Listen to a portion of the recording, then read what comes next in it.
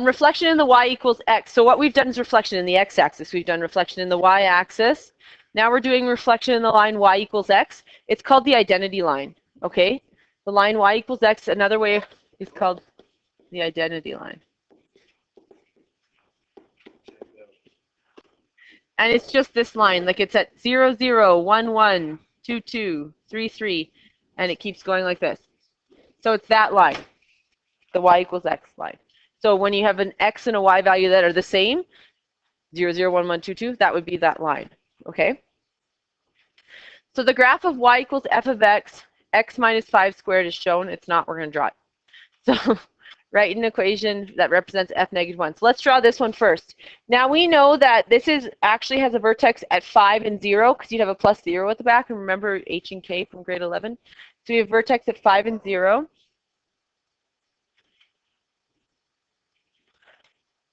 Or you can remember that your x squared graph is at 0, 0, and we're moving at 5 to the right. 1, 2, 3, 4, 5. So that's why it's at 5 and 0 as well. And if we just moved it 5 to the right, normally it would be at 0, 0, then 1, 1. So we're going to be at 6, 1, 4, 1. Normally we'd be at 2 and 4. Now we're going to be at 7 and 4. Because it's just moving the whole graph 5 to the right.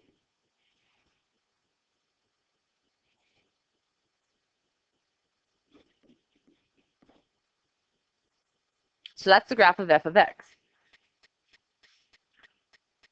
Now we want to write the equation as f negative 1x. This is just the inverse. They're asking you to find the inverse. Other way you could write that is they could ask you to find x equals f of y. That's another way they can say this exact same equation. Okay? All of those mean find the inverse. When you reflect on the identity line on the line y equals x, all that happens is your x's become your y's and your y's become your x's. Okay? That's it. The x's become the y's become the x. So if I want to write an equation that represents it, what I'm going to do is I'm just going to take my x's and they're going to become y's and my y's are going to become x's. So my normal equation was y equals x minus 5 squared. I'm going to swap the x's and y's to find the inverse. So I'm going to get x equals y minus 5 squared. Now, I want to get y by itself. This is actually the inverse equation. However, they'll always have it in y equals, so we have to get it into y equals.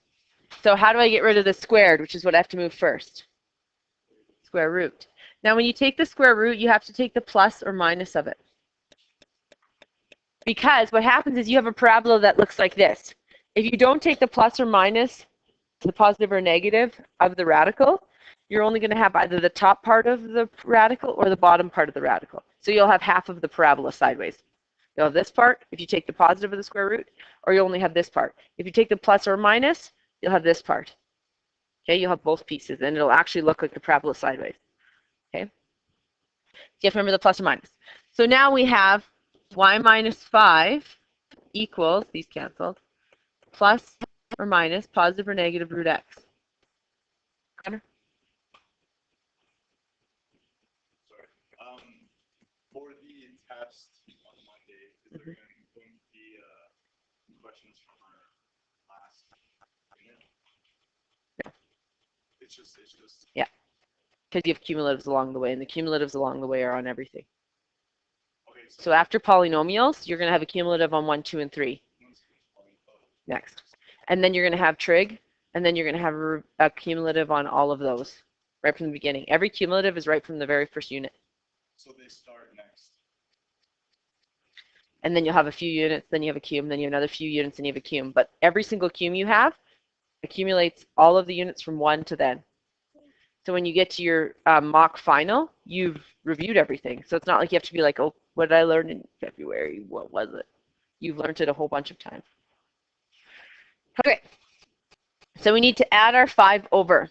So we're going to get y equals 5 plus or minus root x. Now, if you went to go punch that into your calculator so you could see it, you'd have to go into y1, 5 plus root x, and then into y2, 5 minus root x. You actually have to put them in separately because there's no plus or minus button. So you'd have to go 5 plus root x, 5 minus root x.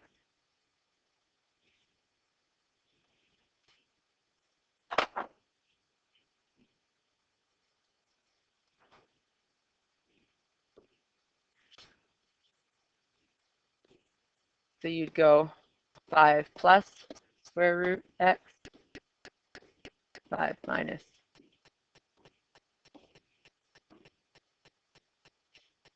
So there it's drawn, right? Now what we can also do is we can put in our other one, our original. So it's x minus 5 squared.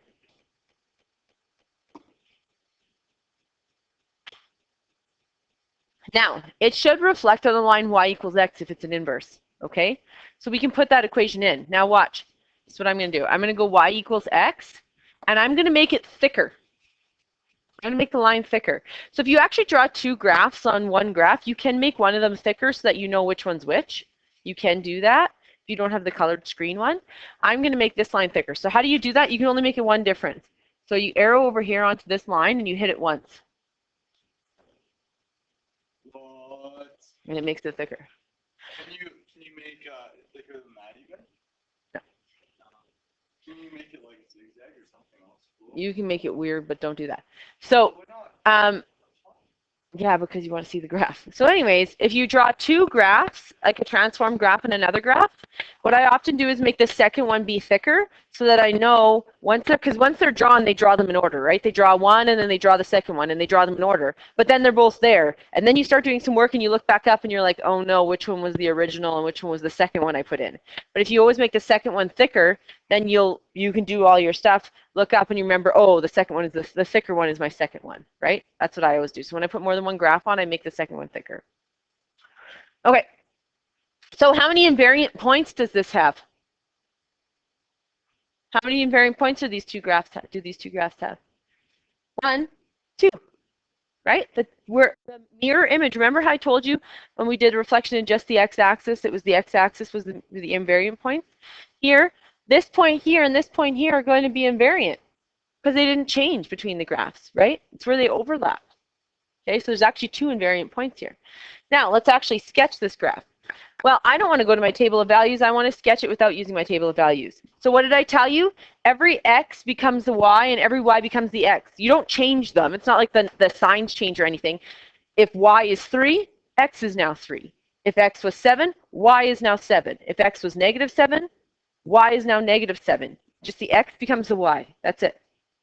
So this point here is at 3 and 4. It's now going to be at 4 and 3.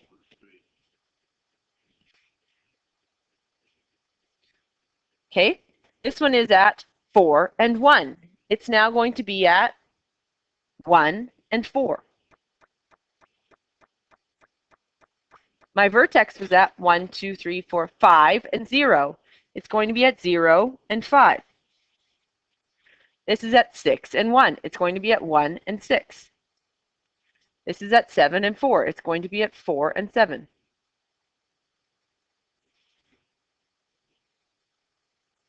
Oh, this is really badly drawn. Okay. Pretend that that is not there. Okay. So this is your f neg 1x. All I did was, if I draw my original and flip my points, I get my inverse. That's it. So if you're ever given a graph and they ask you for the graph of the inverse, just take the points, flip them, and redraw it. Now, if I draw my identity line is the y equals x line. It's 0, 0, 1, 1, 2, 2, 3, 3, negative 1, negative 1, negative 2, negative 2, negative 3, negative 3. Why wouldn't those change? Why would those stay invariant? Why would anything on this line be invariant?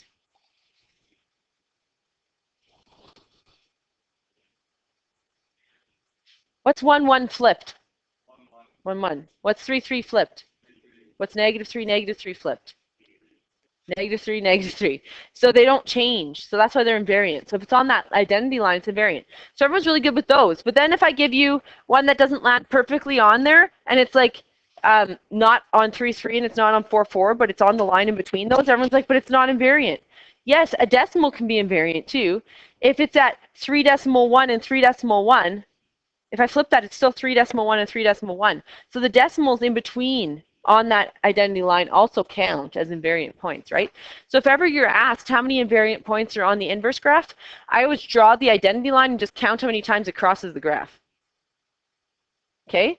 So if I gave you, well, if I gave you a graph like this, Oh, yes, yes. and that was my original, let's say, and I asked you, okay, the inverse graph, how many invariant points would it have? I draw the line y equals x, and I count 1, 2, 3. It's going to have 3. Done. Did I even have to draw the inverse graph? No. When I draw the inverse graph, those are going to stay, right? So if I ask you how many invariant points would be on the inverse graph, I don't even have to draw the inverse graph. I just draw the identity line. I know how many there would be because those points are not going to change. So mark the invariant points, it says here. And then I guess here it would cross. I just didn't draw the graph all that great. Let's imagine it's drawn properly.